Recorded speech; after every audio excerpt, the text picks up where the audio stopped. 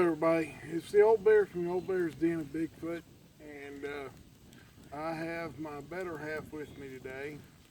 She's going to interview me for years 21 through 25. Everybody requested to see her, so she's going to be on the show today. Hi, everybody. She's a little quiet and a little bit nervous, but that's okay. Anyway, we're going to get right into it, and we'll turn it all over to Mrs. Bear. And start where you ready, babe. Okay, so let's start out with year number 21. So, what was that year like? Well, that was a pretty eventful year, actually. I ended up going out that year and doing a lot of investigations for people. I did like 5 investigations that year, helping people out. The year started out pretty slow, actually, going out and doing night investigations, on my own, because couldn't get nobody to go with me at that time. A lot of people just thought it was a bunch of bunk back then, and people didn't go. So it was me, myself, and I that went a lot. Going out to do calls and stuff like that and see where Bigfoot was at and try to get some more information on him. And but then come March, I got a phone call from this couple that lived in Ohio. How they got a hold of me, I mean, there's a lot of investigators in Ohio that could have went and did what I did. But they came to me and wanted me to come to their house and help them out. They were having problems with a Bigfoot. Oh, wow. And it wasn't doing anything bad. I mean, it was coming up and screaming at just outside the house, and it was making a general nuisance of itself. About like I do when it comes to you, babe. So, was this really often this happened with this Bigfoot? They said that it would come about 2, maybe sometimes 3 times a week, look in the windows and scream in their backyard. Wow, that must have been very aggravating, and scary. Well, they were losing sleep over it. It would wake them up at 2 or 3 o'clock in the morning. You have to get in the bed at 9, 10 o'clock or stuff like that, and it'd keep them up for 2 or 3 hours. Mama. So it was being a general nuisance of itself, pretty much. So how did you help them with that? Well, I went and got them to help them put up lights around the back side of their house, and on the other side of their house it was dark. They lived in a not a big neighborhood. But they lived in a small area, of home. There was probably a couple hundred yards between each home, Okay. but it was kind of wooded. Ain't nothing like where we're at. It ain't thick woods. It's just a sparsely wooded area, big oaks, and then you could see the other house through the trees. So it wasn't really an extremely rural area, but was it? Right. Okay. So did that help? Putting the lights up stopped it coming around the house and looking in the windows. The other neighbors were, complaining. They were hearing the screams at night too, and it was scaring some of the other neighbors. But it was their house that it was coming up and doing this number to the window.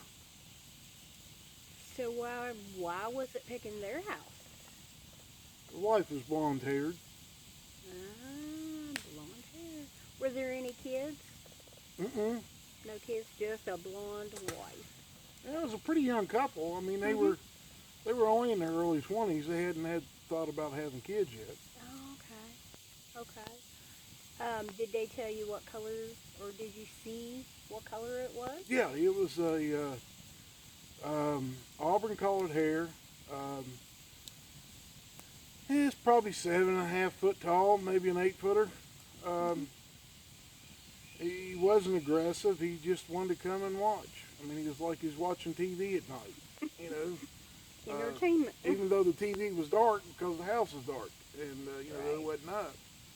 But I kind of figured that he was standing back in the trees when they were up, walking through the house and had lights on and watching them watch TV and stuff like that. And then later at night, it was coming up close and looking in their Right. house. Right. It never bothered their pets. It just was being a general nuisance. Just That's all it curious. was.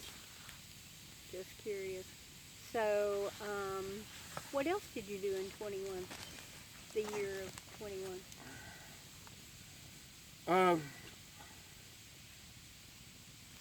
so the next investigation I went on to was another couple, older couple. They lived out on a farm, about 300-acre farm.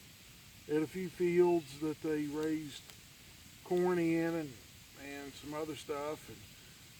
And they were retired, but they were still working the farm. And they were just hearing screams and stuff like that. And I did pretty much the same thing. Got them put up some cameras, some game cams, helped the older man with that stuff. And this Bigfoot was just young and dumb.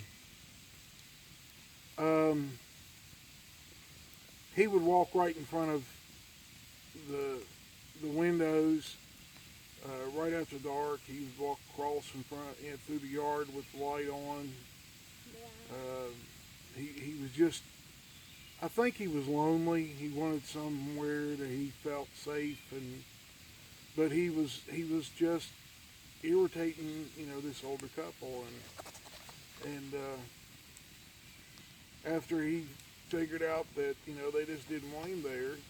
He was irritating them and bothering them after we got him figured out and got him pushed out of there a little ways away from the house. He got the message and he would leave and then come back for a day or two and then leave and be longer in between times and then finally he just quit coming around. Like Oh, they okay. didn't have no more issues. He must have found another house to go visit. Maybe. Well, if he did, I never got a call. So what else was there any more in your 21st year? Mm-hmm. Investigation number 3 was real simple. The Bigfoot showed up at these people's home. It was an older lady, and her kids wanted her to move, and it was her last. I was her last resort to stay at her home because her kids were trying to force her to move out. Their dad had passed away, and she was in her, up there in their 60s. Mm-hmm. And he'd worked hard all his life, and he'd bought that home for them, and that's where they raised their kids, and she wanted to stay. And this Bigfoot was just coming around, following her, in the daytime when she was outside doing her flowers or anything of that nature. It was following her around, and she would see it, and it'd scare her, and she'd run in the house. And the kids had seen it. And when I got there, I kind of got aggressive with it right off the bat and chased it through the woods. That's not a smart thing to do. Oh my. But it worked. And it left, first day I was there, it left and didn't come back. And she got to stay in her home and kept in touch with her for a while. Then she got sick and she had to move and moved in with her daughter and her husband and some of the grandkids, and she was happy with that. I bet. But her own kids kept the farm, and one of them actually lives there now with his wife and kids, and they've not had any trouble. So it worked out pretty good. It was pretty quickly. That's a good thing. That's a good thing. So, what else did you have during the 21st year? Well, investigation number 4. This one was a little bit hard-headed. Not hard-headed like I am, but, and that's my wife's thing. Says I'm hard-headed. No. Everybody knows me. I knows I'm not a hard-headed person. It's just my wife thinks I am. And the cameraman thinks I'm hard-headed too, but that's beside the point. Pinocchio knows. But I got a buddy of mine to go with me on this one because this one sounded like it was going to be tough. This Bigfoot was looking in her home, and they'd already put up lights and everything else, and this Bigfoot just didn't care. It'd still come over and look in the house because they had kids. I guess it liked watching the kids. It was entertaining, Okay. and this one actually killed the family dog, Oh, which is never good. no. And when we got there, I went out and found a lot of sign that it was making, and it was trying to turn their place into its home. Oh, my. And was trying to, I guess it was looking for a mate. We would hear Bigfoot calls at night when we were there. On the first night that we were there, we heard Bigfoot calls, howls, and this Bigfoot was definitely looking for a mate, and it just didn't want to leave. It liked it. It had game. It had a lot of game there, and food, and a lot of cover, and a lot of water. But that's pretty much what that one did. But we got it programmed to leave. We didn't have to do any kind of real aggressive stuff with it, but we got it pushed out after about 2 weeks of going out there, and that was happening right here in West Virginia. Number 2 was back in Ohio. Number 3 was in Virginia, and then number 4 was here in West Virginia. And this next one was a real good time for me. I actually got run out of the woods on the next one. Oh, my. Where did that happen? That happened right here in West Virginia.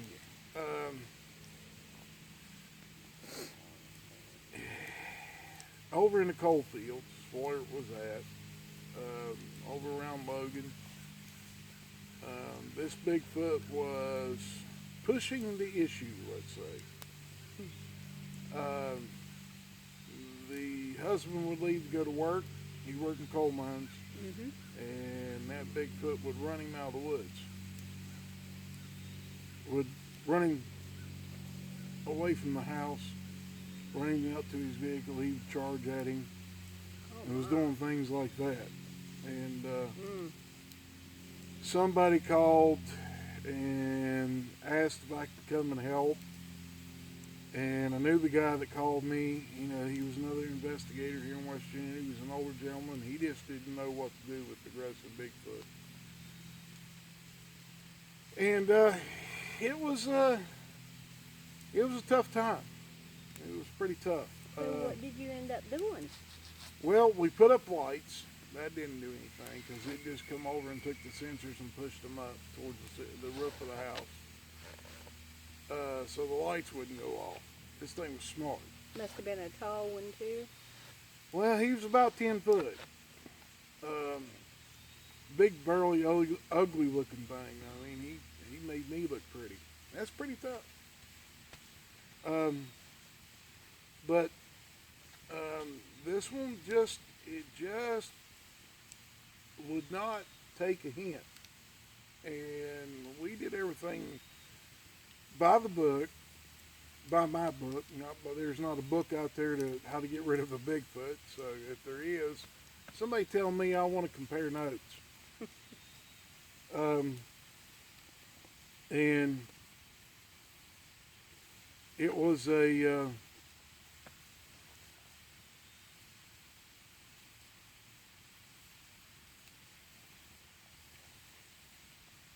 it was being aggressive towards the family, and it was following the kids around when they would come out. He'd whistle and do other things, and they would whistle at the wife, and it would do weird sounding chirps, trying to sound like a bird.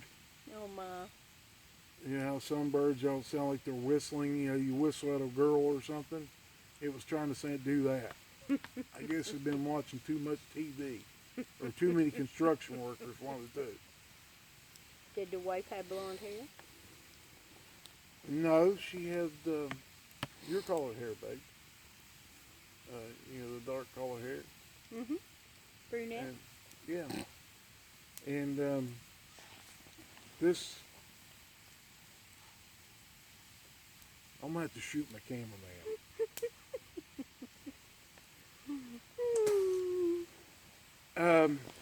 Cameraman's got a question. Yeah. Are you sure there's no phone number to call for the proper authorities in case anybody has any issues? I am 100% sure on that. It's the only question I got. Okay. It's a personal joke, people. It's, between me and the cameraman. Me Anyway, too. well, the wife, yeah, she knows about it. Dun, dun, dun, dun. Anyway, the wife had, the husband was always at work. He was working 6 days, sometimes 7 days a week. He'd come home at night.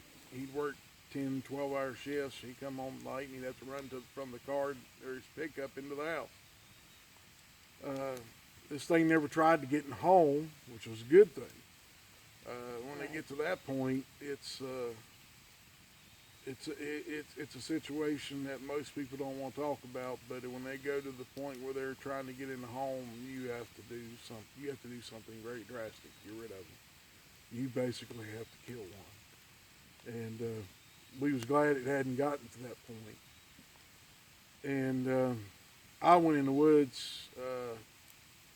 Didn't have anybody with me. I was getting cocky. I had a lot of success of getting rid of some Bigfoots and pushing them off people's property. And, you get a little bit older, you think you're invincible.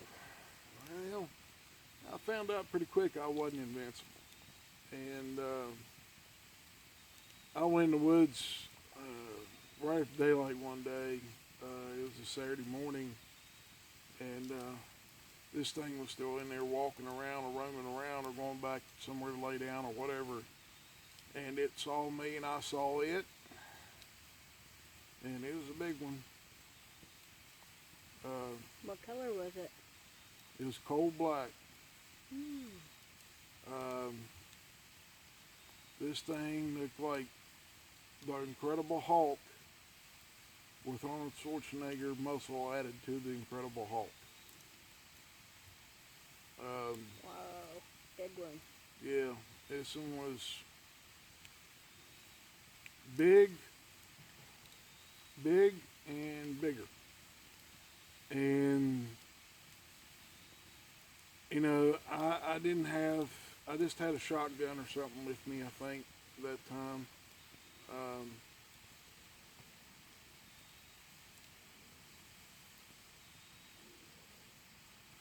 And that one saw me, growled at me. And it dropped to all fours. And something that high dropping all fours still looks like the daggone tank coming through the woods. Mm. Running at me on all fours. And I pulled the shotgun up and shot right over its head on purpose. And it stopped. It stood up, started beating its chest, working itself up, because now it knew it had a gun. And And I started talking to it, telling them, hey, they don't want you here, you need to leave. If you don't leave, then me and you's going to have big problems, and it's not going to be pretty for somebody. And I had a pump shotgun with me, and I shot the tree right there to its left, and then shot at it to the right on purpose to let it know I still had a bunch of, still had shells in the gun. Right.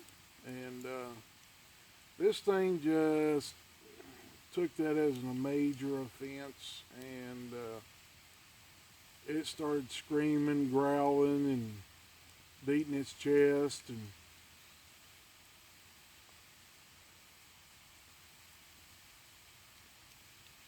I'm gonna have to kill both cameraman. Anyway,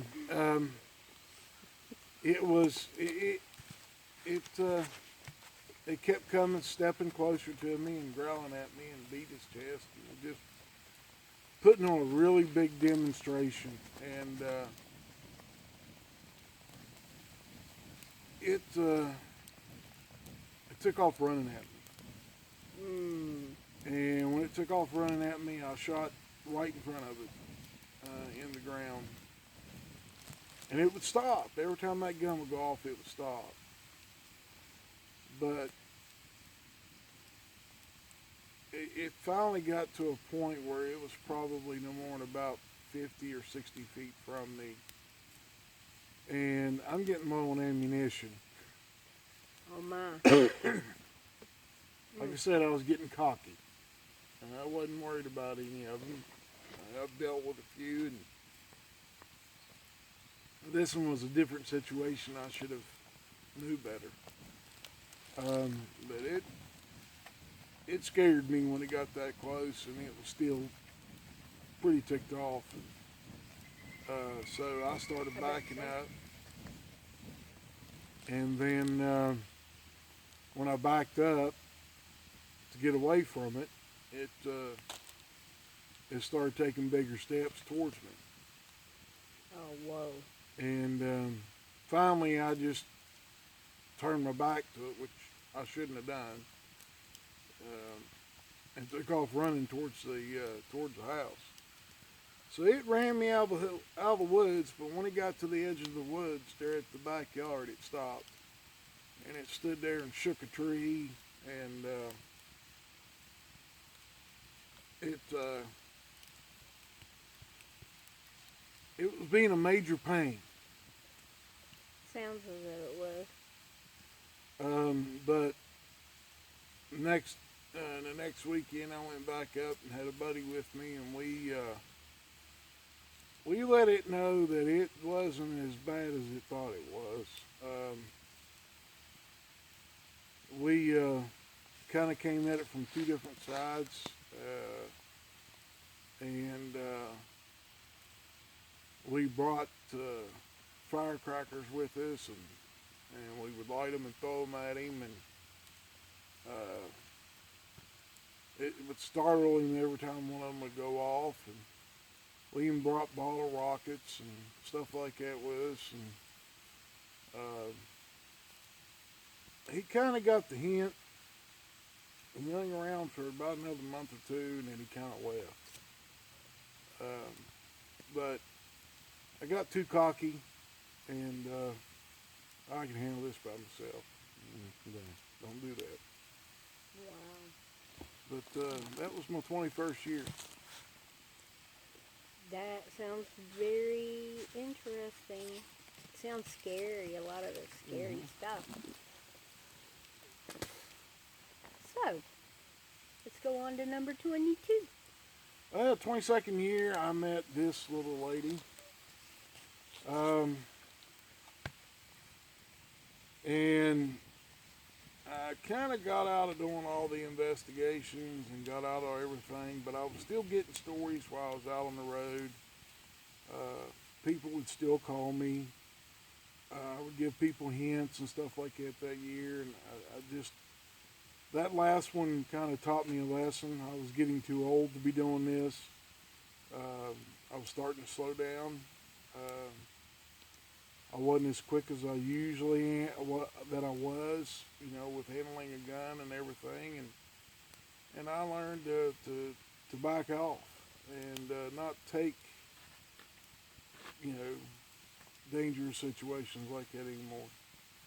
And so that year, I pretty much didn't do any investigations. It's like I said, it scared me to the point where I was ready to quit, and didn't want to push the issue. I had a new wife, this little lady, and you know, I got to think about her. And you are a good hubby. You are. And I love you very much. Love you too. So what about number 23?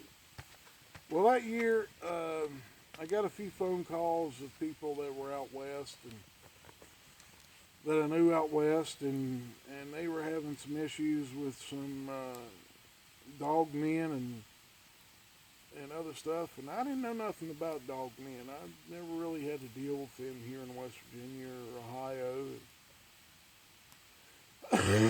Didn't have very many of them around, and you know, I dealt mainly with Bigfoot, but I was trying to help those people with the issues that they were having.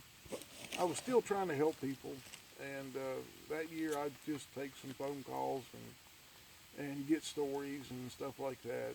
Get people to call me and let me know how things are going with their investigations and stuff like that, and helping people. I wasn't critiquing anybody, but I was helping them, you know, get to a better, to where they can consistently find Bigfoot and observe them and find out answers to their questions. So that's pretty much what I did through year 23. And then 24 was pretty much when I got a new job and I started going out of state a lot and going to other places. And year 24, it was mainly getting stories from truck drivers, and I had actually told my story by this point on another YouTube channel, and everything was going on, and I was helping people, but doing it from more or less an office setting, and it was still fun, but I wasn't doing investigations because you don't know anything about Bigfoot at this point, and I hadn't told you yet, and that's how it went. You know, just 24 was just a phone call away, but that's pretty much as far as it got. It's phone calls. So, and then talking to people about getting their story from them and stuff like that. But other than that, I wasn't doing much investigating. Is that the year that I heard my first, No, that was year 25, sweetheart. okay. Year 25 was when I finally told you. Right. And you just kind of looked at me with a bewildered look on your face. And, but she believed me. She listened to me. And we got into the Bigfoot thing together. And we started doing some investigations with our friend, the camera guy. And we did some, some stuff online, and I was still getting stories, and then you heard that Bigfoot howl there at our home. Right. And we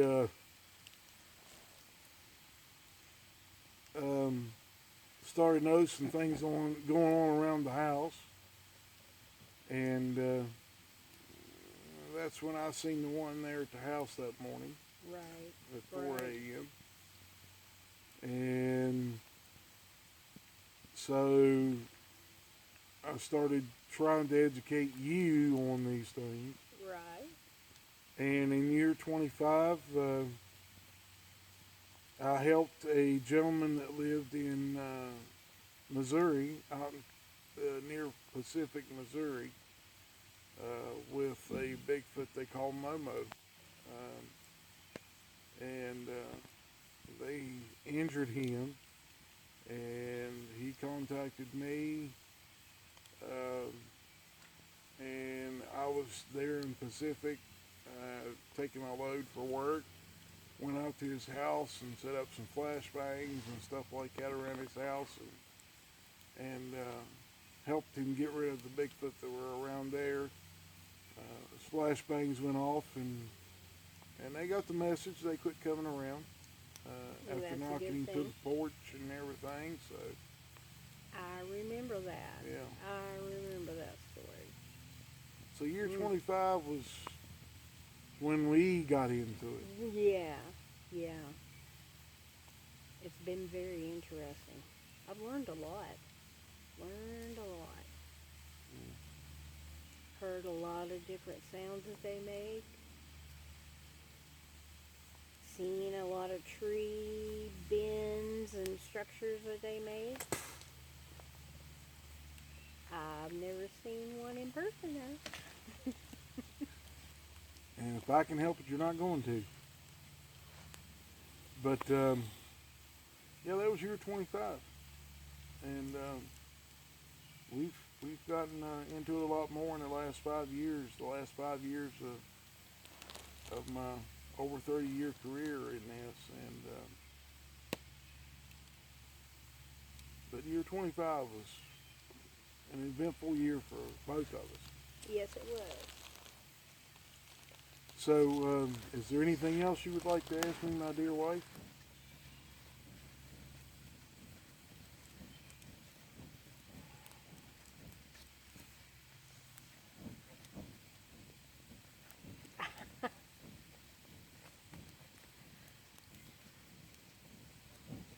So what do you think you'll be doing in the next 10 years from now? Well, in the 10 years from this time right now, hope to be helping people. I'm not going to be doing any investigations. I don't want to stick you in situations that I've been in. Your safety is my utmost priority. And that's the way I look at it. I don't want to put you in those situations. I've been in them. I know better. I'm too old to be doing that anymore. But if somebody needs some help, or if there's a situation that comes up and I have to deal with it, I'll deal with it alone. You won't be going.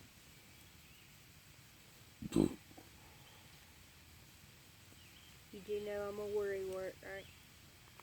Yeah, I know. Okay, as long as you know that. But everybody, we want to thank you for watching this one, and we got 5 more years to go, and it's a fun 5 years. The last 5 years have been a lot of fun for us, and because she gets into it more, and we've made quite a few friends in the last 5 years through other channels on YouTube, and we hope to make many more. And we're going to help people all we can. Just please don't call me if you got a trouble one. I don't want to deal with that. I'm not going to put my wife in that situation. I'll try to get you somebody that's a lot younger than they know how to do this.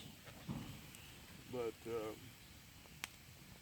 we definitely thank you all for coming, and may each and every one of you have a blessed day. Bye-bye now.